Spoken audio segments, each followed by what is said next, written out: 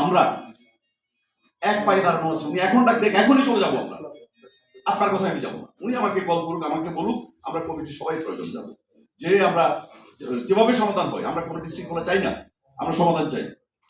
কিন্তু এই টোটাল জিনিসটাকে সে রেকর্ড করছে আমার সামনে ইয়ে রেখে, ক্যামেরা রেখে। সে পরবর্তীতে ব্যাখ্যা দিচ্ছে মার্কেটের নাকি কোনো বাস্তবতা হইলো, মার্কেটের প্রায় কয়েক হাজার লোক বাস করে আমাদের মার্কেটে, সেখানে সে কারো কাছ থেকে সাক্ষ্য নিতে পারেন। সে এটা রিপোর্ট করছে আমাদের ভয়ে নাকি কেউ সাক্ষ্য দেয়। এখানে উপস্থিত অনেক দোকানদার আছে। আমি আপনাদের কাছে আরো প্রমাণের জন্য, এখানে জাল জালিয়াতি হয়, এগুলো হয়তো আমার পক্ষে আমি মিথ্যা বলতে পারি। আমি আপনাদের কাছে অনুরোধ করবো, দয়া করে আমার মার্কেটে এই উপস্থিত মানুষগুলোকে সারাক্ষণ আমি শিখে রাখতে পারবো না।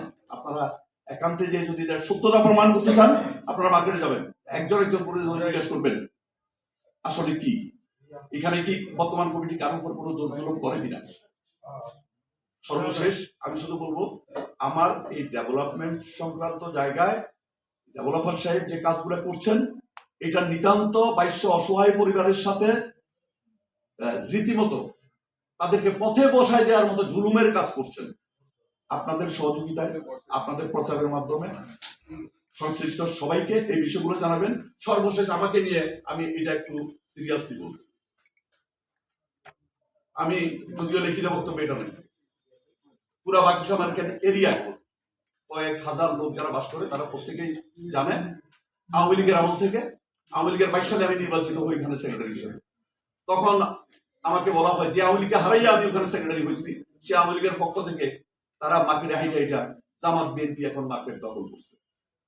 আমি বিএনপি, জামাত বিএনপি। তো তখন আমাকে যখন বলা হইতো, আমি তখন বলতাম আমি আসলে বিএনপি করি না, বরং সত্যিটা হইলো আমি বিএনপি সমর্থন করি, সরাসরি রাজনীতি যেটা এটা করি না। তারা মনে করতো আমি বোধহয় ভয়ে স্বীকার করি না আওয়ামী লীগের সময়।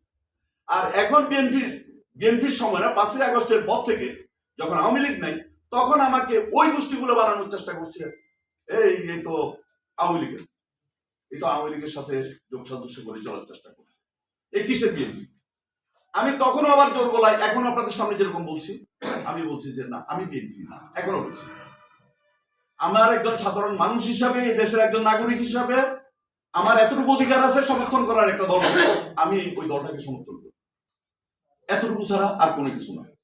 সেখানে আমি মোহাম্মদপুরে থাকি কয়েক বছর, মোহাম্মদপুরের আওয়ামী লীগের কোনো ব্যক্তি আমাকে চিনিও না।